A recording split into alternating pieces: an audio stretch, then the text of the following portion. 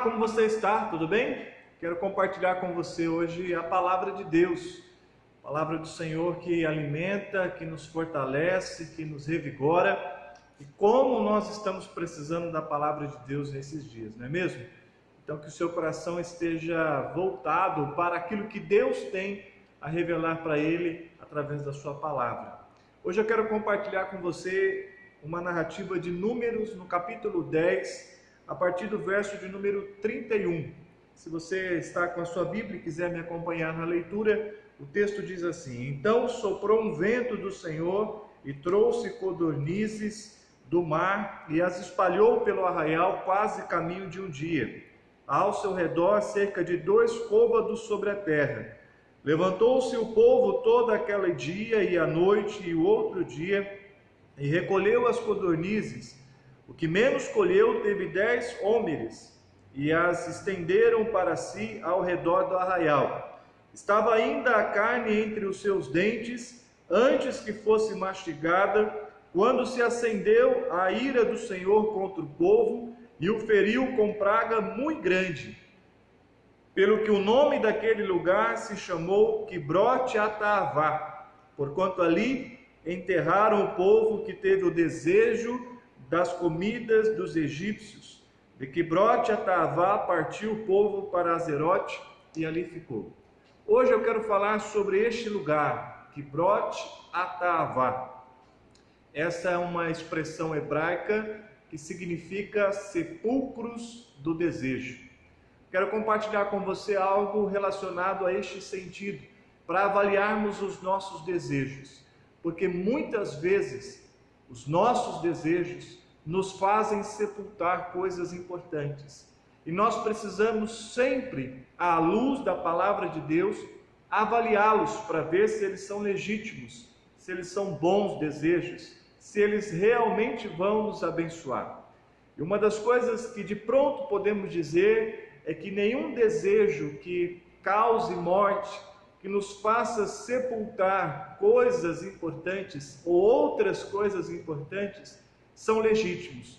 Nós deveríamos avaliar os nossos desejos a partir daquilo que gera vida, que gera bênção, que gera prazer não só em nós, mas quem está ao nosso redor e principalmente no coração de Deus. Esta narrativa mostra a história do povo de Israel, que estava saindo do Egito depois do cativeiro tão longo. Eles sofriam debaixo da mão de Faraó, clamavam a Deus pelo seu lamento e pela sua dificuldade. Deus então intervém e os liberta daquela situação de escravidão por intermédio das mãos de Moisés. Agora o povo está caminhando no deserto, peregrinando para a terra prometida, esperando alcançar o favor de Deus. Mas eles passam a murmurar, a lamentar e a desejar coisas da antiga vida. Eles olham para trás e passam a desejar aquilo que eles tinham perdido, que tinha ficado para trás. E este desejo é a causa da morte de muitos deles que ficam pelo caminho. Sepulcros do desejo foi o nome dado àquele lugar, logo depois deles alcançarem o desejo de comerem carne, que Deus deu a eles, as codornizes. Então, logo depois disso, eles morrem, muitos deles morrem debaixo da ira de Deus ou debaixo da justiça de Deus. E porque Deus tratou este desejo como algo errado, porque não era apenas um cardápio, não era apenas o desejo de comer algo diferente do maná que estava sendo dado a eles durante a peregrinação, mas principalmente o olhar para a antiga vida. Eles estavam escravos no Egito, sofriam debaixo das mãos de Faraó, e apesar de toda a dor e todo o sofrimento que eles estavam vivendo, não demorou muitos dias, poucos anos, agora eles estão com saudade desta antiga vida que eles tinham no Egito, especialmente no que diz respeito ao cardápio das coisas que eles comiam lá no Egito. Hoje eu quero avaliar com você que alguns dos desejos que você tem podem também sepultar coisas importantes na sua vida. E nós precisamos tomar muito cuidado para que os nossos desejos não sejam causa de morte. Observe comigo neste texto, nessa narrativa, alguns dos perigos que nós corremos. Os seus desejos podem sepultar a sua gratidão. No início do capítulo 11, no versículo de número 1, o texto do capítulo 11 começa assim: queixou-se o povo de sua sorte aos ouvidos do Senhor. Mas este povo que se queixou, que reclamou, que murmurou da sorte ou do caminho pelo deserto, é o mesmo que estava escravo no Egito, é o mesmo que recebia açoites dos soldados de Faraó para realizarem a obra, é o mesmo que chorou na presença de Deus.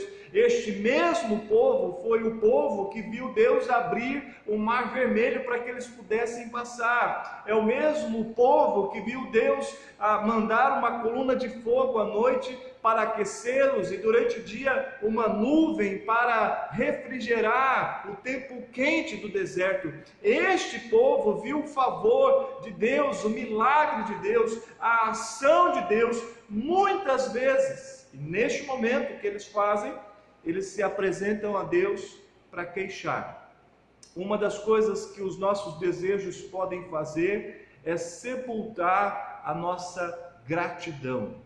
Você pode até desejar coisas novas, mas se os desejos pelas coisas novas sepultarem a gratidão das coisas antigas, das coisas já realizadas, das coisas já alcançadas, então estes desejos são maus. Estes desejos fazem mal para você. Se você deseja algo que sepulta a gratidão das coisas antigas, então se livre deste desejo, porque ele é mau, ele é ruim, ele está fazendo mal para você. Nós devemos manter o nosso coração sempre grato a Deus por todas as coisas que recebemos, por tudo aquilo que Ele já fez por nós.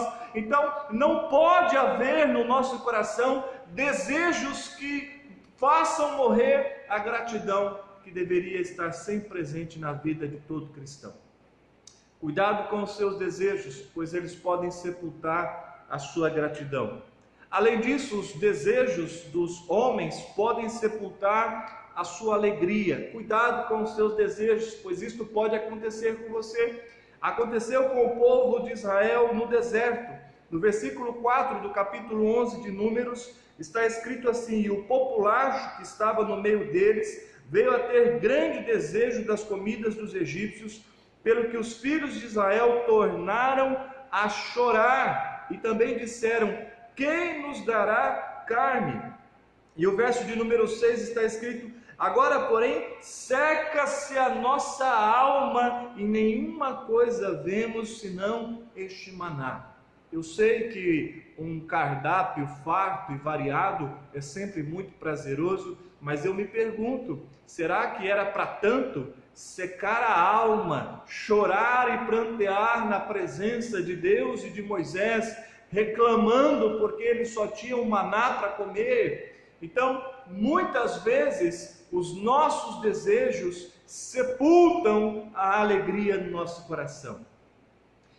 É bem verdade que muitas vezes nutrimos em nós desejos, ambições que nos fazem escravos deles, que nos fazem pessoas amarguradas, entristecidas, porque ainda não alcançamos aquilo que queremos alcançar, e de algum modo nós tornamos este desejo um ídolo que rege o nosso humor, que rege a nossa maneira de viver, que rege o nosso passo, o nosso caminhar, e nós precisamos tomar muito cuidado, porque senão os nossos desejos sepultam a nossa alegria. Mantenha a alegria no seu coração, mantenha a alegria pelas coisas já alcançadas, mantenha a alegria no seu coração, porque a alegria é fundamental para viver, e ela vem de Deus, ela vem de uma relação com Deus. Ela não pode estar subjugada às coisas que você quer ter, às coisas que você quer alcançar, aos desejos do seu coração. Não permita que nenhum desejo sepulte a alegria do seu coração. Mas há um terceiro perigo que nós precisamos tomar muito cuidado, porque os nossos desejos podem sepultar os relacionamentos mais importantes da nossa vida. É interessante que no capítulo 11, a partir do verso 10, Moisés se apresenta a Deus em uma oração muito sincera, achando pesado a sua função, o seu cargo, o seu ministério de libertar o povo do Egito pelo deserto. Ele achou que aquela reclamação e murmuração era demasiada forte ou pesada para ele suportar. E no verso de número 10 do capítulo 11, Moisés ouviu chorar o povo por famílias, cada um à porta de sua tenda, e a ira do Senhor grandemente se acendeu e pareceu mal aos olhos de Moisés.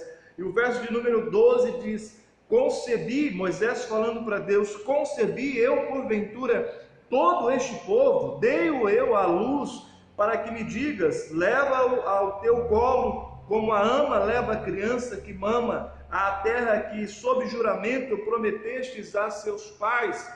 Moisés está se apresentando a Deus, dizendo: Deus, eu não aguento mais o desejo destas pessoas, ou a murmuração, a reclamação deles. Eu não suporto mais, eu não sou pai, eu não sou mãe deles, eu não sou a ama que precisa amamentá-los durante a peregrinação, eu não sou. Então eu estou cansado, está pesado para mim. Os desejos dos israelitas estavam por afastar deles aqueles que debaixo de Deus, aquele que debaixo de Deus era a pessoa mais importante daquele lugar, que era o líder deles, que haveria de levá-los e conduzi-los à terra prometida. Muitas vezes os nossos desejos, eles afastam de nós as pessoas que mais amamos. Muitas vezes nós colocamos os nossos desejos como algo mais importante, como algo mais fundamental do que as próprias pessoas que estão ao nosso redor. E em alguns casos nós até utilizamos estas pessoas para alcançar os nossos desejos. Nós temos que tomar muito cuidado, porque senão os nossos desejos podem sepultar os nossos relacionamentos mais importantes. Muitos casais se separam porque não avaliaram bem os seus desejos. Muitos pais e filhos não se relacionam bem porque não são capazes de avaliar bem os seus desejos. Muitas vezes nós perdemos amigos, muitas vezes perdemos irmãos em Cristo, a caminhada com eles, muitas vezes perdemos o relacionamento com o pastor, com ovelhas, com membros da igreja, porque não sabemos avaliar bem os nossos desejos. E se os nossos desejos nos afastam das pessoas, nos afastam das pessoas que Deus colocou ao nosso redor, é certo de que estes desejos são maus. Os seus desejos não podem te levar a se separar. Os seus desejos não podem te levar a se afastar do seu filho para nunca mais conversar com ele. Os seus desejos não podem te levar a se separar dos seus irmãos em Cristo, a não frequentar mais uma igreja, porque eu não suporto aquelas pessoas. Os seus desejos não podem ser causa de divórcio, de separação. Não podem. Não sepulte os seus relacionamentos por causa dos seus desejos. Mas há um quarto perigo que nós temos que tomar muito cuidado, porque os nossos desejos, além de sepultar ou poder sepultar os nossos relacionamentos pessoais, ainda mais perigoso é que os nossos desejos podem sepultar o nosso relacionamento com Deus.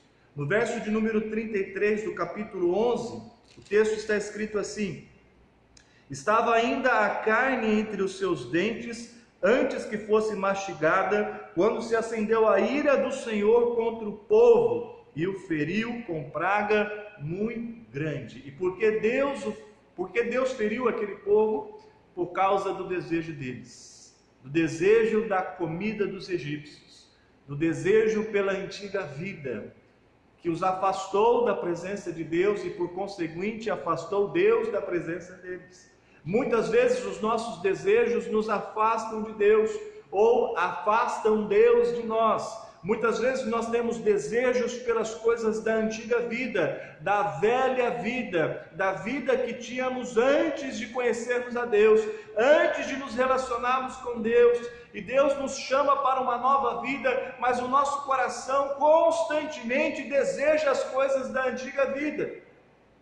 E nós devemos fazer como o apóstolo Paulo fez ao escrever aos Gálatas, quando ele disse: não vivo mais eu, mas Cristo vive em mim. Precisa ser uma nova vida com novos desejos, desejos que agradem a Deus, e nós não podemos permitir que os nossos desejos nos afastem de Deus, sepultem a nossa relação com Deus.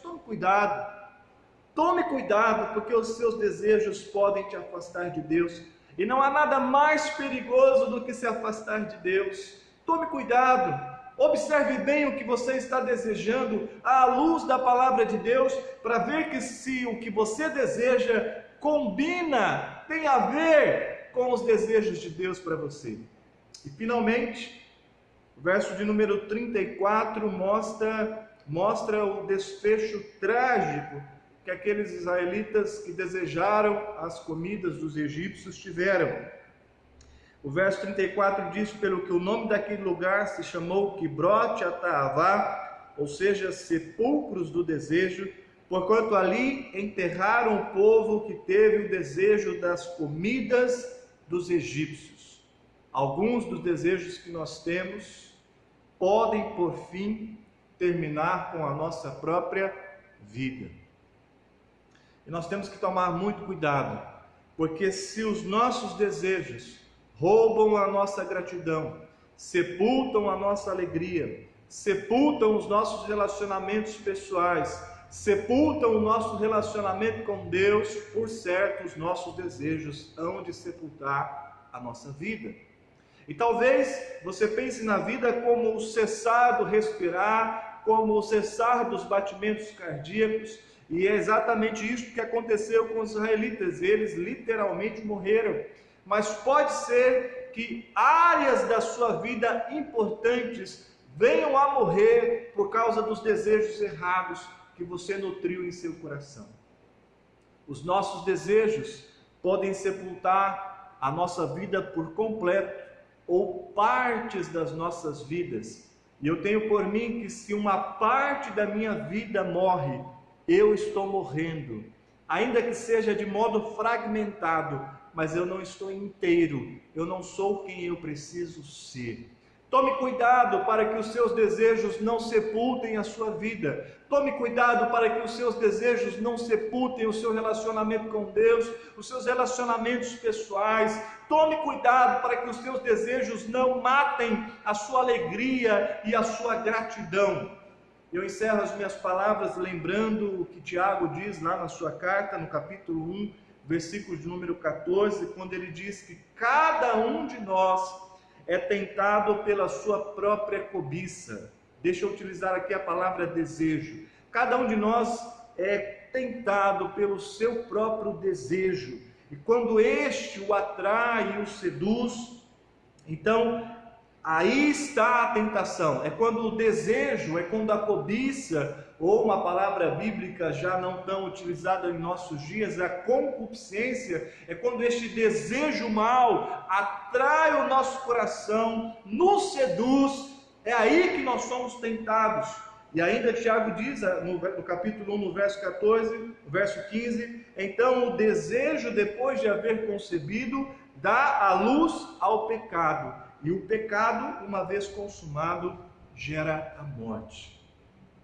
Eu queria fazer aqui um clamor para você, que você fizesse uma lista de coisas que você deseja e apresentasse elas a Deus. Existem desejos nossos que parecem legítimos, porque eles são desejos da maioria das pessoas, mas nós não somos a maioria. Nós não somos como todos, nós não nadamos com a maré. Precisamos avaliar os nossos desejos não em conformidade com aquilo que as pessoas desejam, mas em conformidade com a palavra de Deus, com aquilo que Deus quer para você. Então, se for capaz, se for possível, faça uma lista de desejos que você tem e apresente eles para Deus. Apresente o desejo que você tem para o seu casamento, apresente os seus desejos sexuais, apresente os seus desejos financeiros, os seus desejos profissionais, os seus desejos para os seus filhos, o que você sonha para eles. Apresente esta lista de desejos que você tem, tudo isto para Deus, e diz: Deus, este é um desejo legítimo, este é um desejo que agrada o teu coração, que satisfaz ao Senhor e que não me levará à morte. Você não foi chamado para desejar coisas que venham a sepultar outras coisas importantes. Que Deus abençoe a sua vida, que os seus desejos sejam bons, legítimos aos olhos do Senhor.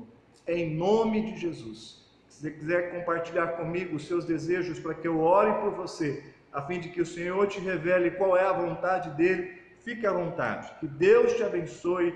Um grande abraço. Fique na paz do Senhor Jesus.